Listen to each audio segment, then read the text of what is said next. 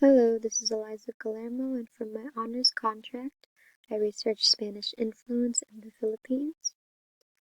We're going to cover some topics such as language, cuisine, and more. To start off, I'm going to go over a brief history of Spain in the Philippines. In 1521, Ferdinand Magellan, who was actually Portuguese, led the Spanish expedition into the Philippines, but was killed by a Filipino tribe. The Spanish left but soon returned in 5 subsequent expeditions, which are listed here. In 1543, the islands were named Las Filipinas after King Philip II of Spain. The Spanish colonization lasted from 1565 to 1898, so around 333 years. Moving on to the influences, we're going to start off with language, but first off, it's important to know that the Philippines has around 120 to 175 different languages today, which could be explained by the fact that there are more than 7,000 islands in the Philippines. Here listed are a few of the most popular languages.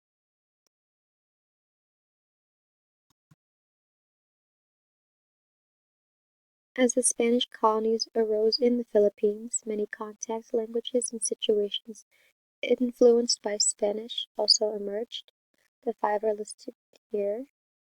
The first is contact-induced influence, in which we mostly see lexical and structural Spanish influence in many Filipino languages.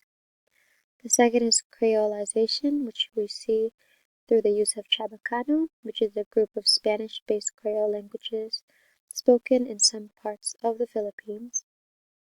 Language mixing is also seen through the use of Hispano-Ilocano, a mix of Spanish and a Filipino language called Ilocano.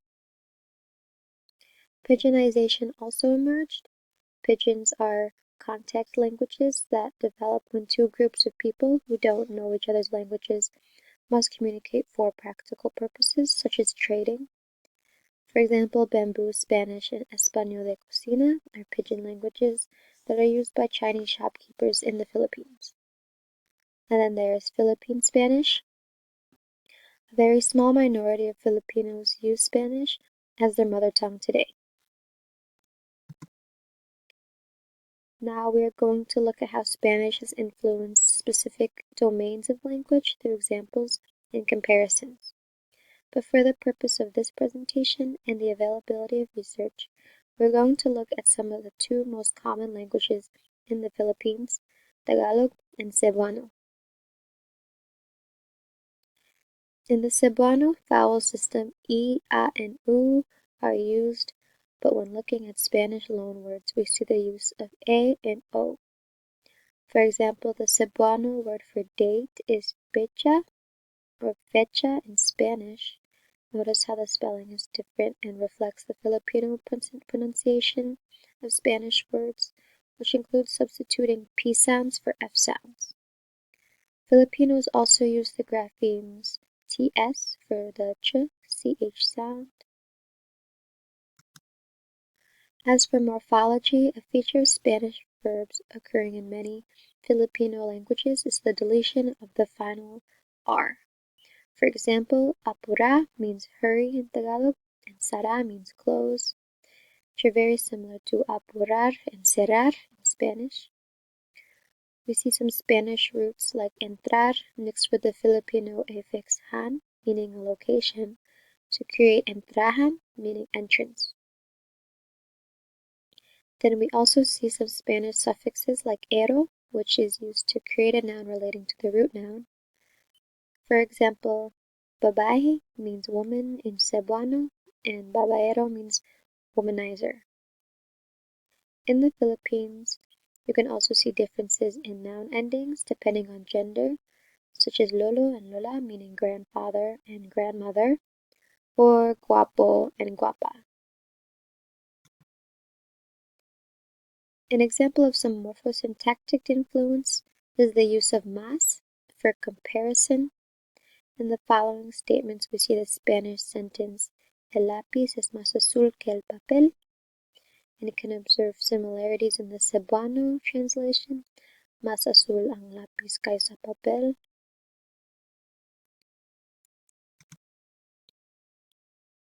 As for semantics, around 20% of Tagalog vocabulary has Spanish origin. And here's a list of some of the loanwords where you can observe the differences in spelling. Coche and coche are pronounced mostly the same, but silla and cilia have a more prominent difference.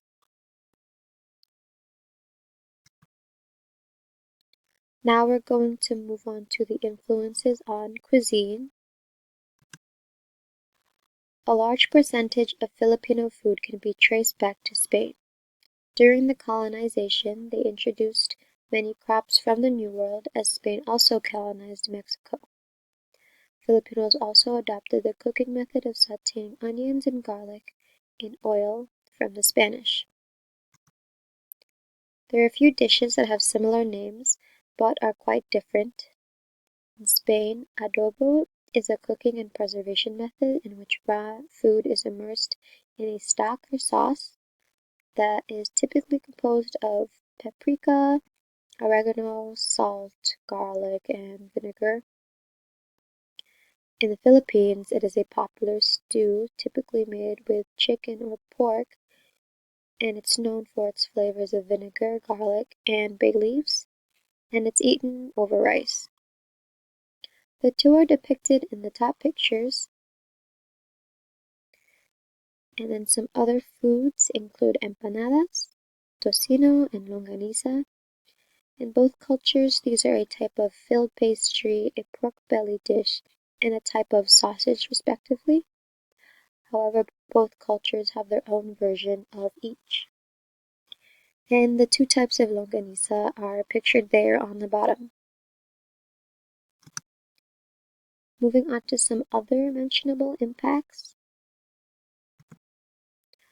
Other effects on the Philippines include colonial mentality and colorism. Colonial mentality is a form of internalized oppression and cultural inferiority due to hundreds of years of colonization by Spain and also the United States and Japan.